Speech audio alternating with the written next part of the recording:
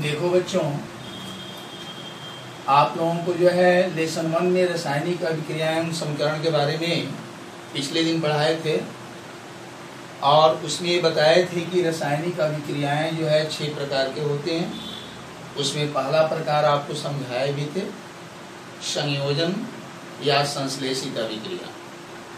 आज जो है उसका दूसरा प्रकार हम समझाने जा रहे हैं, वियोजन या अपघटन अभिक्रिया। दूसरा वियोजन या अपघटन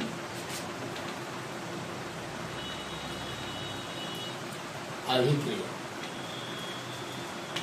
वियोजन या अपघटन अभिक्रिया किसे कहते हैं? जब कोई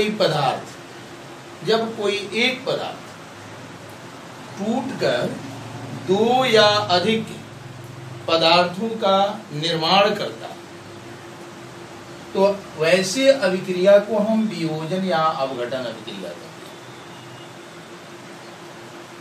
जब कोई एक पदार्थ टूटकर या अपघटित होकर 2 या अधिक नए पदार्थों को बनाते हैं तो वैसे अभिक्रिया को हम वियोजन या अपघटन अभिक्रिया कहते हैं। चलिए इसको इस परिभाषा को हम यहाँ लिखते हैं, आप ध्यान देंगे। वह अभिक्रिया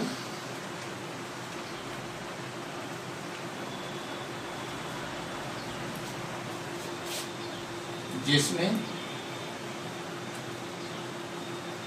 कोई एक पदार्थ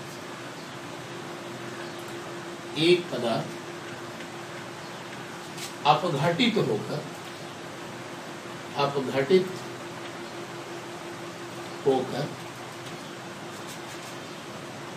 2 या अधिक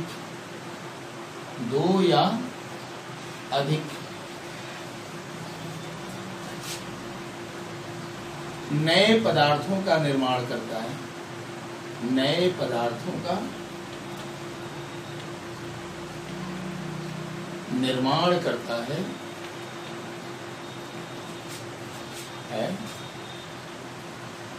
वियोजन या अपघटन अभिक्रिया कहलाता है।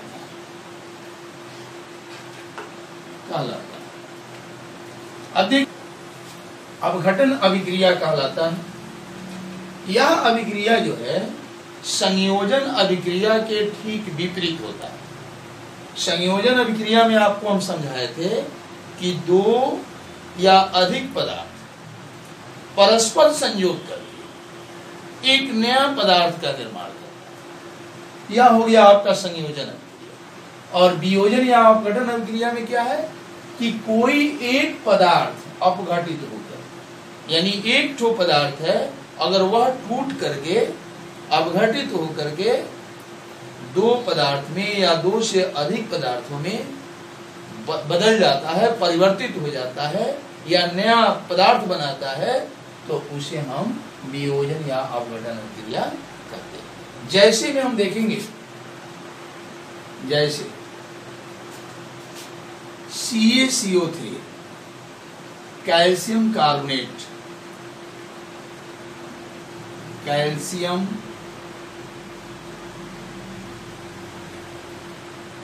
कार्बोनेट, यह जो है अपघटित होता है।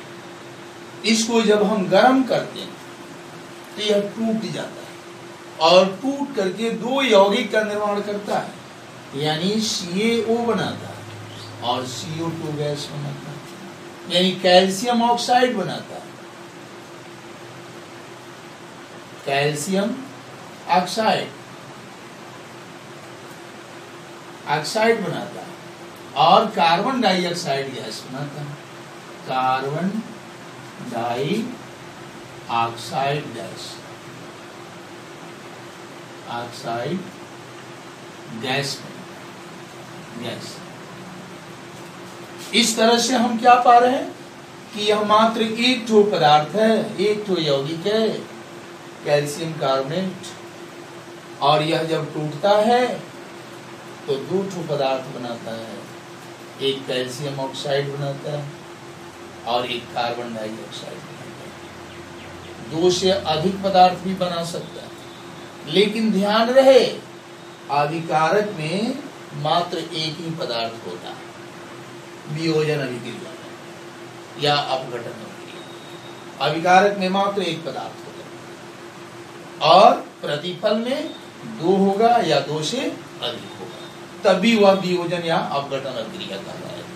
और आपको संयोजन अभिक्रिया में हम बताए थे कि अभिकारक में दो पदार्थ होगा या दो से अधिक होगा, लेकिन प्रतिफल में मात्र एक ठो पदार्थ होगा। तो ठीक उसका यह विपरीत हो गया। इसका और उदाहरण भी हम ले सकते हैं, 2KClO3, KClO3। अब देखिए यह है पोटेशियम क्लोरेट है, पोटेशियम क्लोरेट, पोटेशियम क्लोरेट, यह एक ही पदार्थ है। जब इसको हम गर्म करते हैं तो यह जो है टूट करके दो नए पदार्थ का निर्माण करता है। वह कौन कौन सा पदार्थ होता है? तो 2KCl + 3O2। 2KCl क्या है? तो पोटेशियम क्लोराइड है, पोटेशियम क्लोराइड, क्लोराइड। और यह क्या है? तो carbon dioxide, oxygen gas, oxygen gas, 3O2, oxygen gas, यह ऑक्सीजन गैस। इस तरह से इस उदाहरण में भी हम पाए कि मात्र एक ठो यौगिक है और इसको हम गर्म करते हैं या तो टूट करके दो नए यौगिक का यानी दो नए पदार्थ का निर्माण करता है। तो यह भी एक वियोजन या अपघटन अभिक्रिया का एक उदाहरण है। उसी तरह से हम और उदाहरण भी दे सकते हैं। AgCl देखिए, AgCl, सिल्वर क्लोराइड, यह जब टूटता है तो Ag बनाता है और Cl2 यानी सिल्वर और क्लोराइड बनाता है। इसको हम संतुलित करने के लिए 2 से इधर गुणा करेंगे और यह भी 2 से गुणा कर देंगे, तो दोनों तरफ संतुलित हो जाएगा। यहां भी हम देखते हैं कि सिल्वर क्लोराइड, सिल्वर क्लोराइड मात्र एक पदार्थ है और यह जब टूटता है तो सिल्वर बनाता है और क्लोरीन बनाता है, क्लोरीन या क्लोरीन गैस निकल जाता है और सिल्वर बन जाता है। अब चलिए हम आगे देखते हैं वियोजन अभिक्रिया के बारे में जो अभी समझा रहे थे, उसी में हमको और देखना है। वियोजन अभिक्रिया जो है मुख्य दो तरह के होते हैं, वियोजन या अपघटन अभिक्रिया।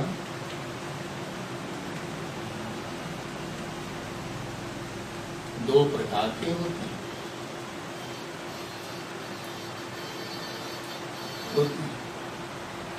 एक हो गया ऊष्मीय वियोजन अभिक्रिया, ऊष्मीय वियोजन अभिक्रिया। अब देखिए ऊष्मीय वियोजन अभिक्रिया क्या है? तो जो वियोजन अभिक्रिया ऊष्मा के उपस्थिति में होता है या ऊष्मा के द्वारा होता है, उसे हम ऊष्मीय वियोजन अभिक्रिया करते हैं। इसको हम ऐसे परिभाषित करते हैं, जो वियोजन या अपघटन अभिक्रिया, अपघटन अभिक्रिया ऊष्मा के द्वारा, ऊष्मा के द्वारा होता है उसे उष्मीय वियोजन अभिक्रिया कहते हैं। उष्मीय वियोजन अभिक्रिया कहते हैं। जैसे अभी आपको एक उदाहरण दिए थे, कैल्शियम कार्बोनेट। कैल्शियम कार्बोनेट जब टूट करके कैल्शियम ऑक्साइड और कार्बन डाइऑक्साइड बनाता है, तो यह जो है ऊष्मा के उपस्थिति के कारण ही होता है, यानी ऊष्मा के द्वारा ही यह अभिक्रिया होती है। इसलिए कैल्शियम कार्बोनेट को टूट करके कैल्शियम ऑक्साइड और कार्बन डाइऑक्साइड बनना एक ऊष्मीय वियोजन अभिक्रिया है। यानी CaCO3 को जब हम गर्म करते हैं परख नली में रख करके, तब इससे जो नया पदार्थ बनता है कैल्शियम ऑक्साइड और कार्बन डाइऑक्साइड, यह ऊष्मा के कारण बनता है। ऊष्मा देने से हम इसको ऐसे समझ सकते हैं, एक परख नली लेंगे,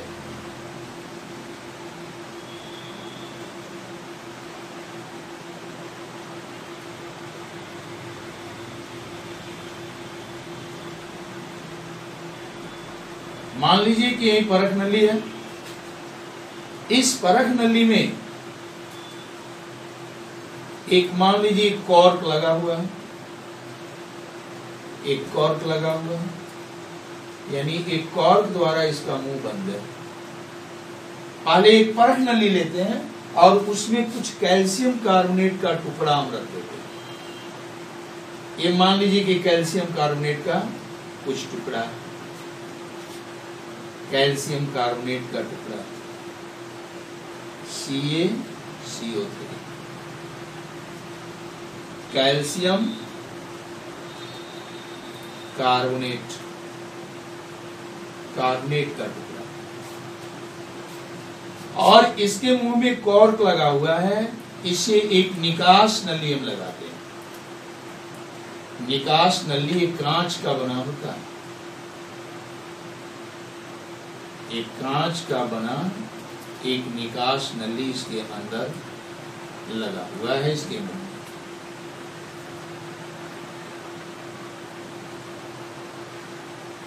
ये मान लीजिए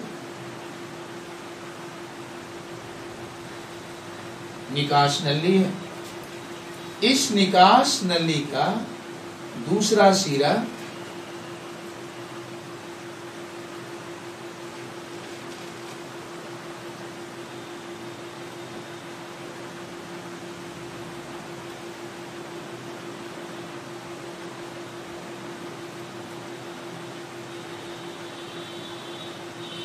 इस निकास नली का एक दूसरा सिरा मान लीजिए एक परख नली में है,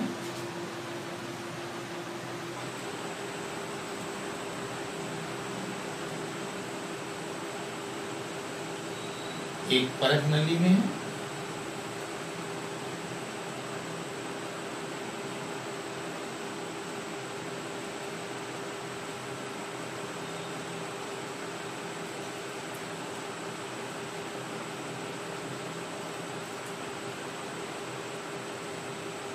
मान लीजिए कि यही परख नली है और इस परख नली में जो है चूना जल रखा हुआ है। चूना जल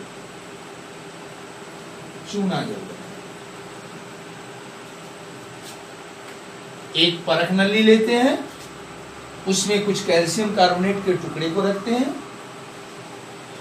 और उसके मुंह में एक कॉर्क लगाते हैं और एक निकास नली को इस प्रकार फिट करते हैं कि उसका एक सिरा इस परख नली के अंदर रहे और दूसरा सिरा दूसरे परख नली में हो, जिस परख नली में चूना जल रखा हुआ है। चूना जल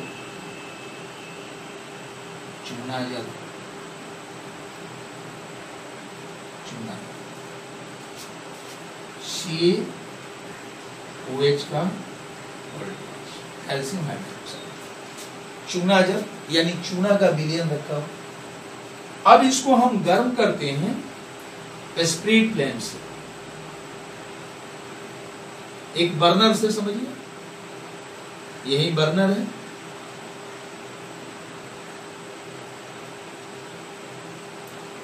अब इस बर्नर से हम गर्म इसको करते हैं। एक प्रकाश ये जो है लौ निकल रहा है बर्नर से, इससे हम गर्म कर रहे हैं। कैल्शियम कार्बोनेट जब गर्म होता है तो इससे गैस निकलता है, गैस, और गैस निकल करके इस चूना जल में आता है, और चूना जल दूधिया बनेगा। चूना जल का दूधिया होना यह बताता है कि कार्बन डाइऑक्साइड इसमें घुला हुआ, क्योंकि हम जानते हैं कि चूना जल में अगर हम कार्बन डाइऑक्साइड को घुलाते हैं तो वह कैल्शियम कार्बोनेट क्या बनाता है, तो कैल्शियम कार्बोनेट बनाता है, यानी चूना जल दूधिया हो जाता है। और चूना जल दूधिया होने से यह पहचान हो जाता है कि इसमें से जो निकलने वाला गैस है वह कार्बन डाइऑक्साइड गैस है, या carbon dioxide gas, carbon dioxide gas, carbon dioxide gas, एक कार्बन डाइऑक्साइड गैस है। और उसमें परख नली में कैल्शियम ऑक्साइड बच जाता है, यह शुष्क चूना होता है। इस तरह से हम किस नतीजा पर पहुंचते हैं कि कैल्शियम कार्बोनेट को टूट करके कैल्शियम ऑक्साइड और कार्बन डाइऑक्साइड बनना एक ऊष्मीय वियोजन अभिक्रिया है, या ऊष्मीय वियोजन या अभिक्रिया। अब चलिए दूसरा एक उदाहरण आपको हम देने जा रहे हैं, प्रकाश वियोजन अभिक्रिया। देखो अभी जो हम बताए हैं कि वियोजन या अपघटन अभिक्रिया दो तरह का होता है। एक हो गया ऊष्मीय वियोजन या अपघटन अभिक्रिया, और उसका दूसरा प्रकार हो गया प्रकाश वियोजन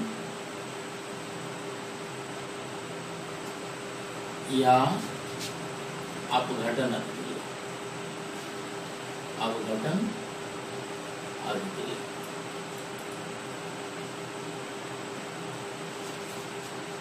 यह अभिक्रिया जो है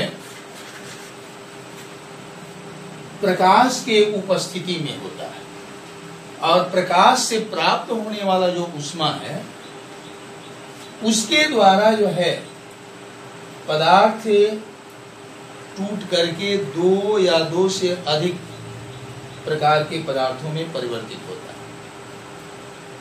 जैसे देखो ये सिल्वर क्लोराइड है, AgCl। एक चीनी मिट्टी का हम प्याली लेते हैं और उसमें थोड़ा सा सिल्वर क्लोराइड को रख देते हैं। सिल्वर क्लोराइड का रंग जो है उजला होता है। उससे सिल्वर क्लोराइड को जो है चीनी मिट्टी की प्याली में रख करके और उसे हम धूप में रख देते हैं। धूप में रखते हैं, इसे धूप में हम रख देते हैं। धूप में रखने से जब इस पर धूप पड़ता है और धूप पड़ने पर इसमें रासायनिक अभिक्रिया होता है, यानी धूप से जो ऊष्मा प्राप्त होता है उसी ऊष्मा से यह रासायनिक अभिक्रिया, और रासायनिक अभिक्रिया के बाद ये सिल्वर क्लोराइड टूट करके सिल्वर और क्लोरीन बनाता है। जैसे हम देखेंगे AgCl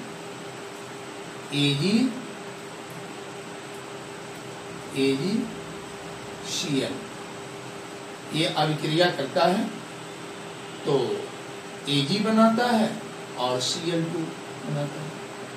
2AgCl, 2Ag और Cl2, यानी क्लोरीन गैस बनाता है।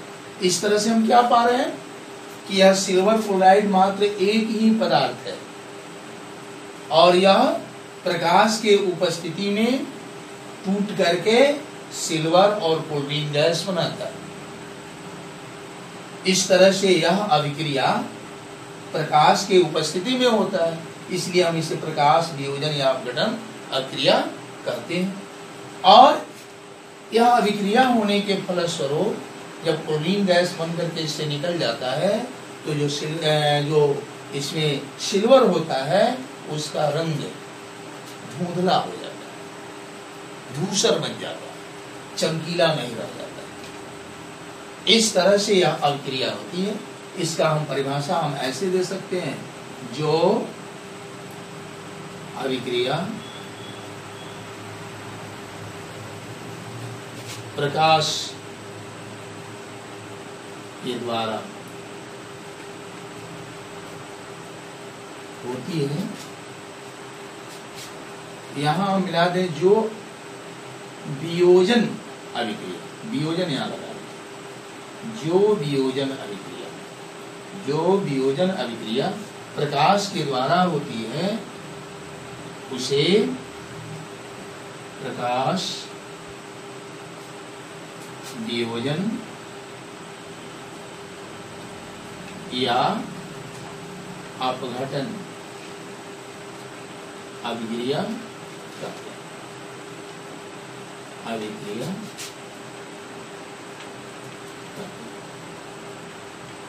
यही जैसे भी इसको हम ले लेंगे।